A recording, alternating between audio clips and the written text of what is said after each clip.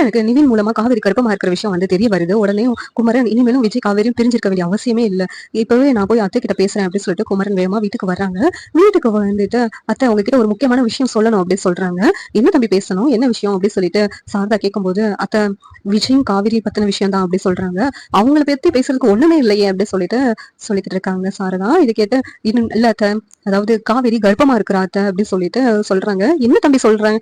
ஏன் உங்களுக்கு எப்படி தெரியும் அப்படின்னு சொல்லிட்டு சாரதா கேக்குறாங்க. இது கேட்டுட்டு ஆமாத்த இது வந்து எனக்கு நிவின் மூலமா தெரிய வந்துச்சு. இது விஜய்க்கு கூட காவேரி கர்ப்பமா இருக்கிற விஷயம் தெரியுமா அப்படின்னு சொல்லிட்டு குமரன் சொல்றாங்க. அவன் எதுக்கு நம்ம கிட்ட சொல்லாம கொள்ளாம மறைச்சிட்டா எல்லாத்தையும் அப்படின்னு சொல்லி கேட்கும்போது, இந்த சுச்சுவேஷன்ல எப்படி உங்ககிட்ட சொல்ல அப்படின்னு சொல்லிட்டு காவேரி வருத்தப்பட்டிருப்பா. மனசுக்குள்ளேயே வருத்தப்பட்டுட்டே இருந்திருக்கா. அது பாருங்களேன் நம்ம கிட்ட கூட சொல்ல முடியாத அவளுக்கு சூழ்நிலை ஆயிடுச்சு பாருங்களேன் அப்படின்னு சொல்லிட்டு குமரன் ரொம்ப வருத்தப்பட்டு பேசிக்கிட்டு இருக்காங்க. இனிமேலும் அத்தை அவங்க 2 பேத்தையும் சேர்த்து வைங்க அத்தை, விவாகரத்தை பத்தி எல்லாம் பேசாதீங்க அப்படின்னு சொல்லிட்டு சொல்லிக்கிட்டு இருக்காங்க.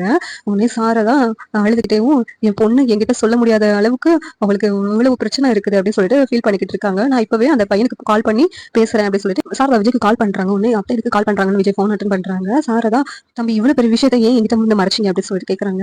என்ன அத்தை மறைச்சோம் அப்படின்னு சொல்லி கேட்கும்போது, அதான் காவேரி கன்சீவா இருக்கிற விஷயம் தான் ஏன் என்கிட்ட இருந்து மறைச்சிங்க அப்படின்னு சொல்லி கேட்கும்போது, இந்த சூழ்நிலையில உங்ககிட்ட சொன்னா நீங்க சந்தோஷப்பட மாட்டீங்க, வருத்தம் படுவீங்க, அதனாலதான் காவேரி வந்து உங்ககிட்ட மறைச்சிட்டா. வெளியில பிரச்சனை முடிஞ்சோடனே தான் உங்ககிட்ட சொல்லலாம்னு நினைச்சா, அதனாலதான் அத்தை வேற ஒண்ணும் இல்ல அப்படின்னு சொல்லிட்டு விஜய் சொல்றாங்க.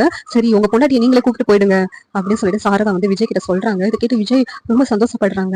ஆனா நீங்க சந்தோஷத்தோட அனுப்பி வச்சாதான் அத்தை நான் கூப்பிட்டு போக முடியும் என் காவேரியை அப்படி சொல்றாங்க. நான் சந்தோஷமா தான் சொல்றேன் அப்படின்னு சொல்லிட்டு சாரதா வந்து போனை வச்சிடறாங்க.